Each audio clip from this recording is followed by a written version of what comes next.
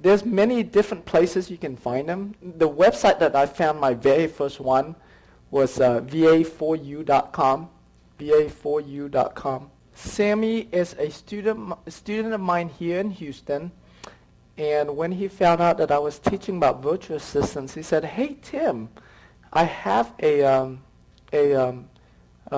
transcription." He does medical transcription, so he told me that he has an office in the Philippines, and he said that if I want, he'll train some virtual assistants over there, so that way other students can, if they are interested in using his service, you know that you have a virtual assistant that is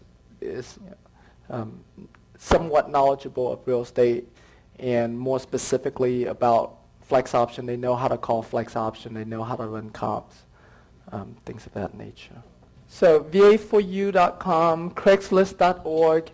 If you post an ad on Craigslist, you'll find them, or they'll find you. And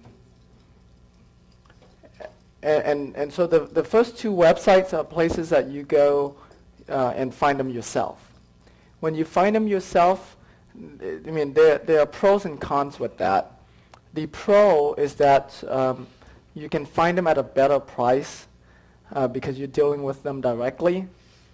And a lot of time they work from home, and they'll have their own internet and their own computer.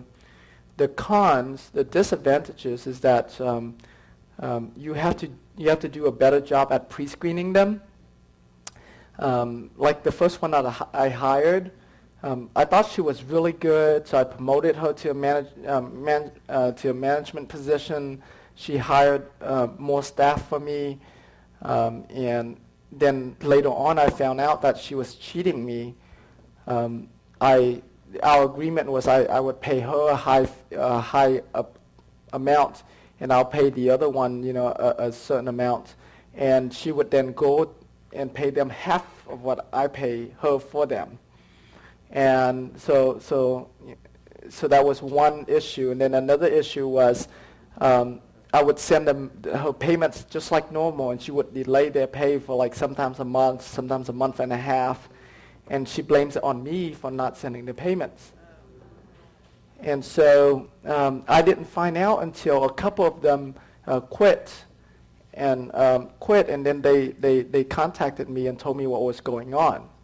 So so I had to let go more than half of that team and just started a new one. So this, there are those type of problems that goes on.